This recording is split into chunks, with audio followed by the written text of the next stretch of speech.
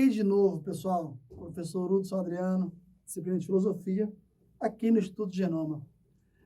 Dando sequência aos nossos trabalhos, agora no módulo 3, unidade 2, a gente vai trabalhar o quê? Modos de produção capitalista e socialista. Então, por favor, vamos esquecer o atual debate brasileiro, em que todo mundo que vá contra o governo federal, contra a estrutura do Jair Bolsonaro, então é de esquerda, é um sociopata socialista, né? É um debilóide comunista. Vamos esquecer isso por enquanto. Eu peço para que vocês sejam uma tábula rasa. Legal? Então, sendo uma tábula rasa, vamos partir do seguinte princípio. O capitalismo é bom? É. O socialismo é bom? Também. O capitalismo é ruim? É. O socialismo é ruim? Também. Quem é mais ruim? É impossível responder essa pergunta. O socialismo matou a doidado, deixou gente passando fome. É verdade. O socialismo foi ditadura. É verdade também. Bom, mas eu peço para que vocês olhem para os genocídios negro-africanos. São de orientação capitalista. O escravismo é de orientação capitalista. Se você observar hoje para o consumismo exacerbado, é perspectiva capitalista. E detalhe, é ruim. É tão ruim quanto. Assim como você teve genocidas socialistas, você teve genocidas capitalistas. E não vem dizer para mim que o genocídio socialista é pior. Genocídio é genocídio, ponto final. Entenderam? Então, capitalismo e socialismo são modelos de organização social, para começo de conversa. Tá? Então, não tem um melhor nem pior do que o outro, não. Eles são só modelos de organização social diferentes. Aí você vai querer dizer assim, mas o socialismo não deu certo em lugar nenhum do mundo.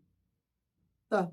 Vamos pegar, então, David Ricardo e Adam Smith, da direita, capitalista.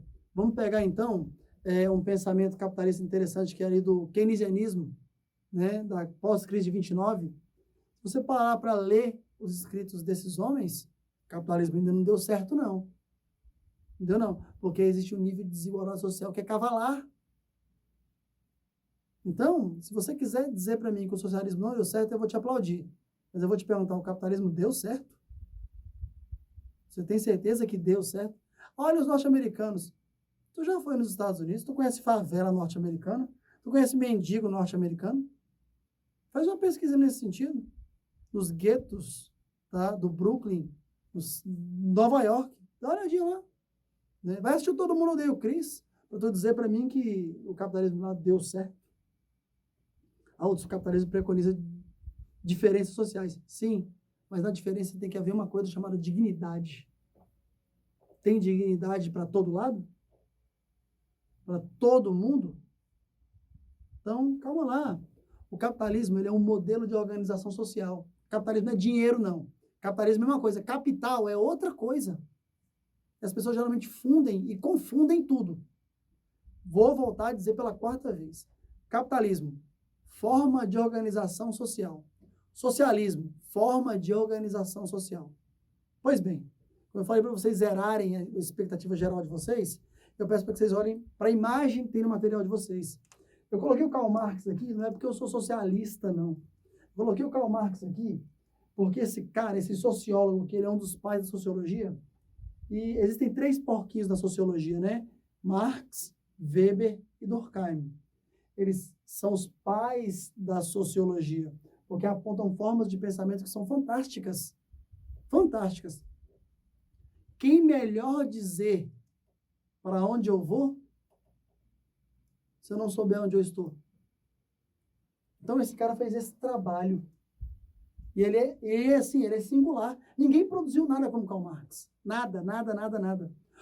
O livro que ele escreveu não foi o socialismo. Né? Não foi.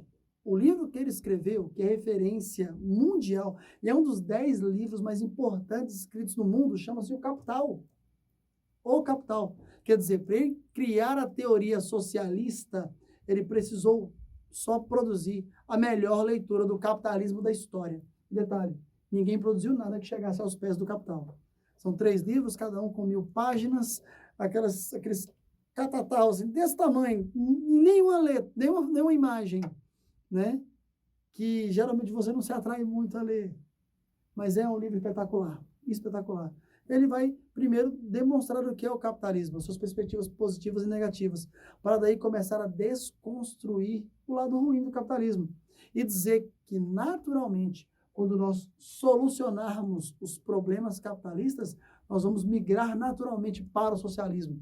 Então, eu pedi para vocês zerarem o espírito de vocês para poder dizer o seguinte: o socialismo é o caminho natural da evolução do capitalismo. Comunismo primitivo, homem da pré-história. Modo de produção asiático, Egito e Mesopotâmia. Escravismo greco-romano. Feudalismo, Idade Média Europeia. Capitalismo, é o que nós vivemos agora. Tu acha que o capitalismo é a última forma organizacional humana? A partir de agora acabou isso aqui para o resto da eternidade? Eu acredito que não. Eu acredito que o ser humano vai continuar evoluindo e vai gerar um novo modelo organizacional. Marx fez isso, apontou para um possível caminho, e esse caminho é o caminho do socialismo. Como eu falei, Marx disse que o socialismo deveria ser uma conquista social. Uma conquista social. E essa conquista deveria ser uma evolução natural do capitalismo.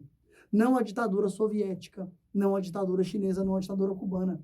Ali são distorções do socialismo. Por isso, muita gente pega essas distorções e atribui ao Karl Marx. Não tem nada a ver. Isso é produto de uma leitura cebosa, mal feita. Pra vocês terem ideia, a União Soviética proibiu essa leitura de Karl Marx. Na China e em Cuba. Aí tu para e pensa, poxa, os caras proibiram a leitura do cara que originou aquele modelo ditatorial sanguinário? Proibiram. Proibiram por quê? Porque ele nunca falou que deveria ser ditadura e nunca falou que deveria ser sanguinário. Aí alguém abre a boca lá do outro lado da sala e fala assim, ó, e a ditadura do proletariado, Edson, não é ditadura? Ei, peraí. Quando ele fala de ditadura do proletariado, ele fala de um conjunto de trabalhadores, uma vez educados, que vão assumir não só o governo, mas vão assumir a possibilidade de uma produção equilibrada que há de convergir com a consciência social de que deve haver dignidade em tudo e para todos, inclusive do patronado. Para isso, ele vai falar do trabalho, vai falar da matéria-prima, vai falar dos instrumentos de produção. Aí você tem que entrar num debate que é legal pra caramba, né? É entender o que é modo de produção, o que é matéria-prima, tá? O que é o detentor do meio de produção, quem é a força de trabalho. E aí a gente tem que parar para pensar, poxa, como tudo isso hoje representa quem nós somos? É o capitalismo. É o capitalismo. Só que existe um momento, ou deve existir um momento da história em que esse salto é feito, onde você não precise mais do patrão e que a consciência impere sobre todos nós. Ah, isso é utópico, Hudson? Talvez seja. Mas eu acredito que o ser humano pode ter um nível de consciência que pode conduzi-lo até lá. Eu acredito que o socialismo é a evolução natural do capitalismo, sim. Evolução natural. Assim como um dia você foi criança e hoje você é um jovem, quem sabe lá um adulto, né? Então você evoluiu naturalmente. Você não, da noite para o dia, você não deixou de ser criança e passou a ser adulto. Eu acredito. Mas não como a história nos mostrou. E olhem, pensamento socialista é um pensamento que trouxe muitos benefícios ao nosso atual desenvolvimento social. Quer ver? 13º, férias, licença maternidade, direitos trabalhistas de maneira geral. São orientações de caráter socialista. Você tem uma ideia? E vocês todos querem esses benefícios para poder constituir uma aposentadoria que seja o quê? Viável, possível. Isso vem do pensamento socialista. Isso não é ruim, é só uma forma de pensamento diferente, que pode se associar de maneira tranquila e melhorar o teu condicionamento social. Diferenças entre o capitalismo e o socialismo. Tem diversas, está colocado para vocês aí, né? Eu não coloquei essa figura à toa. O urso pardo soviético versus a águia careca norte-americana, debate nuclear. Gente, eu te perguntaria, se é melhor ou se é pior. Se houvesse uma guerra nuclear entre Estados Unidos e União Soviética, o que ia sobrar? Só escorpião e barata. Com 12 mil bombas atômicas ou com 9 mil bombas atômicas, você chegaria à extinção naturalmente. Vocês acham que eles iam jogar uma bomba atômica de fato um no outro? Eu perguntaria, vai lá no livro de história de vocês e procura o conceito de coexistência pacífica. Desde a década de 60, eles sabiam que não iam jogar uma bomba atômica um no outro, mas sabiam que poderiam propiciar guerras menores, nas quais eles pudessem lucrar em meio a elas, a Guerra do Vietnã, a Guerra da Coreia, a Revolução Cubana, né? As ditaduras latino-americanas na contenção do fantasma socialista, todo mundo lucrou ali, todo mundo lucrou, sendo norte-americano ou sendo soviético. Só quem tomou pancada fomos nós. E hoje brigamos em meio a tudo isso e não vamos chegar em lugar nenhum. Você quer uma saída legal para entender melhor essas diferenças? Vai ler. Vai assistir uma boa aula. Vai tentar entender que tudo que se passa ao nosso redor é fruto das nossas escolhas. Às vezes de uma boa escolha, às vezes de uma má escolha. Galera, cansado. Beijo para vocês e até daqui a pouquinho. Tchau, tchau.